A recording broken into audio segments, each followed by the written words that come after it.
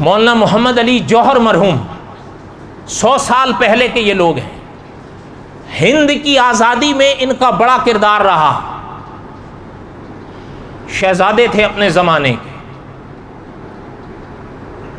ایک شاید آپ نے اگر ہند کی تاریخ پڑھی ہو، ہند کی تاریخ میں ایک بڑا مشہور لفظ بار بار استعمال ہوتا تھا، اب بھی ہوتا ہے پرانی کتابوں میں، گول میز کانفرنس. یہ لندن میں ہوئی تھی. اس زمانے میں ہند پر لندن والوں کی حکومت تھی، تو انہوں نے مولانا محمد علی جوہر کو بھی بلایا تھا. محترم وہاں گئے.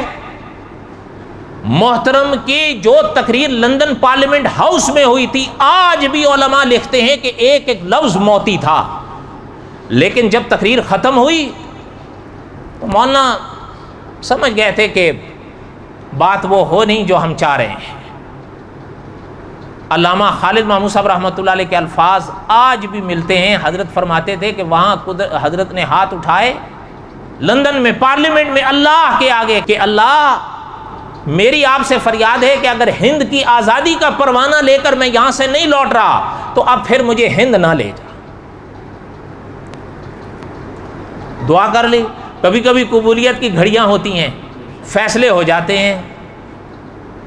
کچھ علماء نے تو فرمایا کہ وہیں پیغام اجل آ گیا. لیکن علامہ خالد محمود صاحب رحمۃ اللہ نے فرمایا اس زمانے میں ہوائی جہازوں کا رواج نہیں تھا، یہ بحری جہاز چلتے تھے. بحری جہاز جب بیت المقدس کی وادیوں میں داخل ہوا مولانا کو موت آ گئی.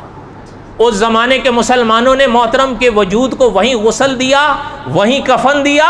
آج وہ بیت المقدس کی مسجد جو گنبد صخرہ ہے اس کے پہلو میں دفن ہے. آخری دن تھا جب ہم وہاں تھے تو مجھے یاد آیا، میں نے کہا یہاں مولانا محمد علی جوہر کی قبر ہے کہیں.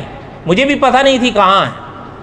تو ہمارے جو وہاں صاحب تھے ان سے رابطہ کیا تو انہوں نے ہمیں بتایا جہاں گنبد صخرہ ہے چند قدم کے فاصلے پر نیچے تہہ خانے میں ہے. وہ اللہ کا بندہ وہاں سو رہا ہے. پتہ نہیں کس طرح کی وہ دعا تھی کہ ان کو اچھا یہ پتہ ہے، آپ تو شاید نہ مانیں، علماء نے لکھا ہے جس کو مسجد اقصی کے پاس میں دفن کی جگہ مل گئی وہ یوں سمجھے مجھے آسمان میں دفن کی جگہ ملی. دینی پروگرامز کی پروفیشنل میڈیا کوریج کا بااعتماد نام میسج ٹی وی.